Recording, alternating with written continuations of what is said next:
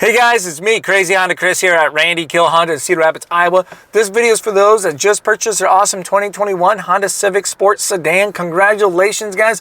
I'm going to show you how to customize or personalize your vehicle settings. So when you take it home, everything's set the way you want. If you have any questions, drop them down below in the comments. I'll do my best to answer those. All right, so now let's go show you how to personalize your vehicle. Let's get going.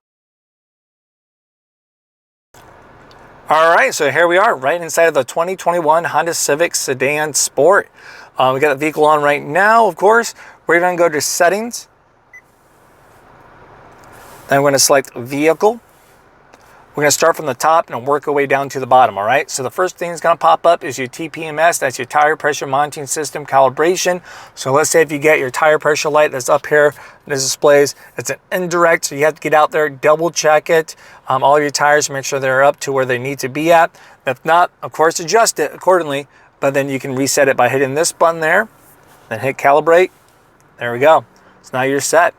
The next thing we're going to have right here is your driver's assist system setup. That's going to be for your Honda Sensing. Oops. Let me just smack the wrong button here quick. There we go. So you got your forward collision warning distance. As you're driving down the road, it senses you're going to hit a car or an object, and it's going to warn you. This is you setting the distance when you want that warning. I don't have those memorized, but you can double check with your owner's manual from that point, from short, normal, and long. I'm going to keep it as normal. Hit select. Yes, looks good. We have your ACC, is your adaptive cruise control forward vehicle detection beep. So with your Honda Sensing, you can tell when that's available because of the green writing right up there, right? The ACC is your adaptive cruise control, then your lane keep assist. So this is your adaptive cruise control. You set in the distance between you and the car in front of you. Let's say you're going 45, the car in front of you is going, I don't know, 38, right? Gives you a little visual of a car right up there, right? Because it found that car. Now as it slows you down, do you want it to beep at you to let you know, hey, I found a car? I'm going to say yes. So I'm going to keep that on. You can totally turn that off if you want to. No wrong answer. It's just coming down to personalize your vehicle the way you want it. Then you have your lane keeping assist, suspense beep. Same thing. You go out of your lane a little bit. As it brings you back, do you want it to beep at you as you go out of your lane? Go out, beep, beep, beep, beep, and brings you back, okay? No matter what, it's going to bring you back. So I'm going to keep that on. Or unless, when you have your road departure mitigation setting, you have that to warning only. Then it will just warn you. Then you have to adjust it from that point. You get your normal and wide from there. We're going to select OK. So that's everything underneath your Honda Sensing. You got your meter set up. You can adjust your outside temp. A little bit of 5 degrees, take and give. I'm going to keep it as where it's at. No need for me to fine tune it. You have your trip A and trip B. You can choose when that resets. For me, I like to have it, when I refueled, and then I like to do it manual for trip B. You guys may pay attention to this or not. I'm just going to keep it as the default for now.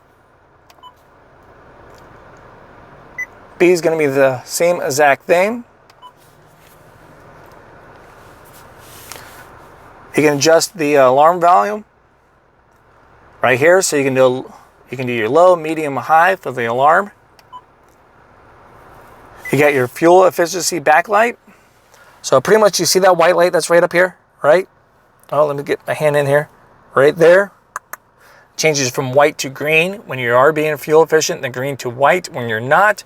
So if you don't want that visual code, you can shut that off. Just a click of a button. I'm going to keep it on, so I'm going to hit the back button.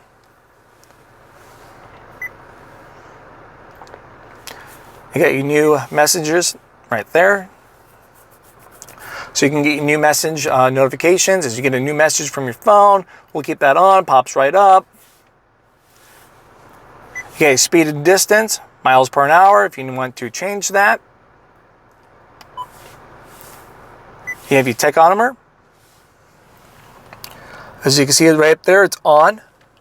When you shut it off, it's going to look like this.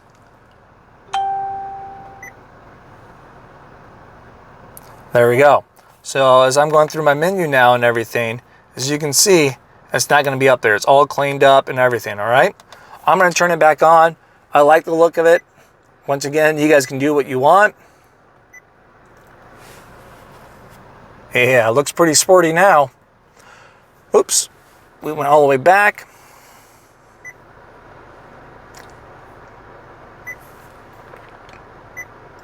All right, so yeah, that was it right there for your meter setup. We're gonna hit OK. We're going to go to your keyless.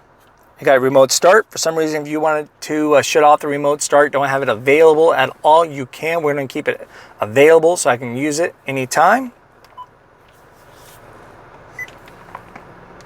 So this is your door unlock. So this is pretty much when you walk up keyless, you have the key fob in your purse, your jacket, your pocket, wherever the case is. You put your hand in the handle, right? Do you want the driver's side door or all doors to unlock? For me, I like to have is the driver's side door. Maybe for you, you got everyone coming in and out of the car. You can just put your hand in and boom, everyone can get in right away. You don't have to wait for you to hit the unlock button.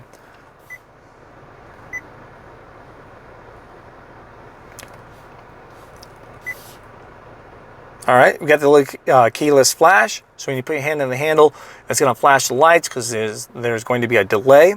So yeah, why not? Then a little beep. We're going to select the beep, keep the beep on, because once again, there's going to be a delay. So I'm not putting my hand in the handle and yank right away. I have to put my hand in the handle and wait for a moment. I'm going to hit OK.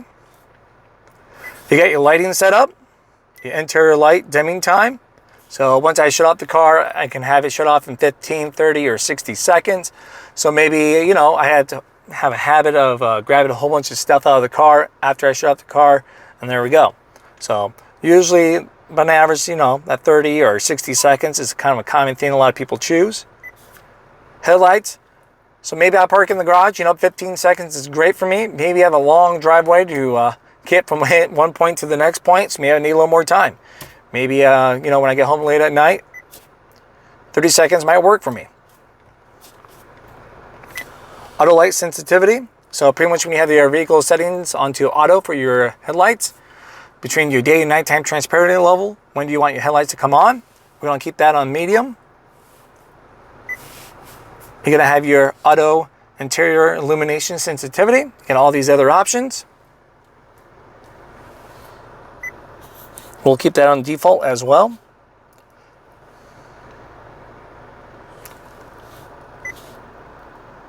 We're going to have your auto headlights with the wipers come on. Yeah, I like that. When I turn on my wipers, it's raining, we'll get the headlights to come on. All right, so now we're going to have your door and window set up.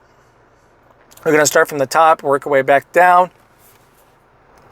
We have your auto door lock. So once you get in the car, you better go take off the car, you know, show off to friends and family because you're driving off the lot. When do you want the doors to lock? All right, is it going to be with speed, or as soon as you shift from park to like reverse or drive, the door's like boom, locks, or just have that off and you can hit the lock button from that point. All right, so we'll keep it as that.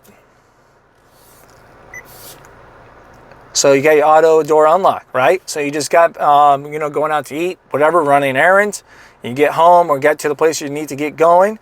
So when do you want the doors unlocked? You simply have it only when the driver's side door opens, or maybe you're taking the kids off to school quite a bit, or making plenty of stops to drop friends off. You know, so anytime you shift to park, the doors automatically unlock, or as soon as you shut off the car.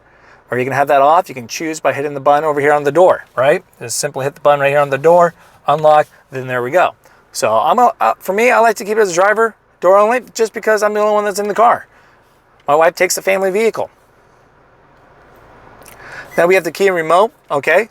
So right now, this is when you hit the button for the first time on the key fob, right? You hit unlock.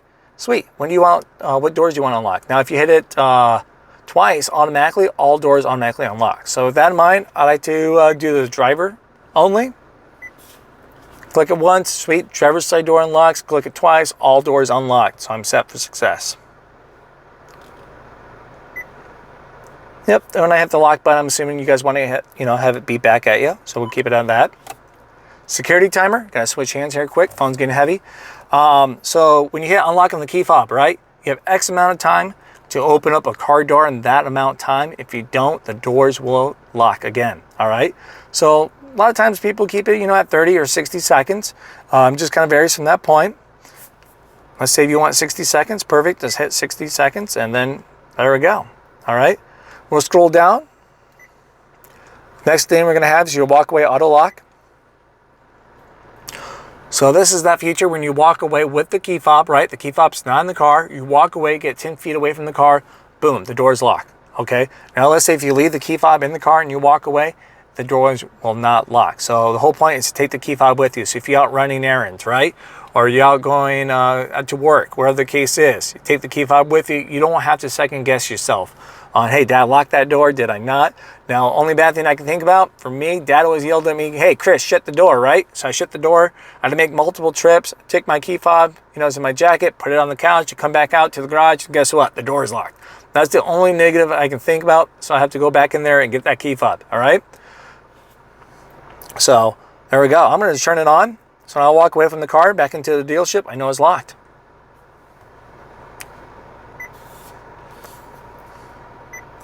All right, and the last thing you have is your maintenance. So anything to do with your maintenance, like oil changes, other services may be required, it's going to pop right up here for you guys, all right? Hey guys, thank you again for watching my video. Hopefully this video is very helpful for you guys to answer those questions. Hopefully set you up for success as you take your new vehicle out there to show it off to your friends and family. Once again, if you guys have any other questions, drop them down below in the comments. I'll do my best to answer that. Then if you guys found this helpful, show your support by hitting like and subscribe. Help me out. It means a lot to me. And don't forget to share with a friend or family that just purchased the new Honda, all right? Thank you again, guys. Talk to you later.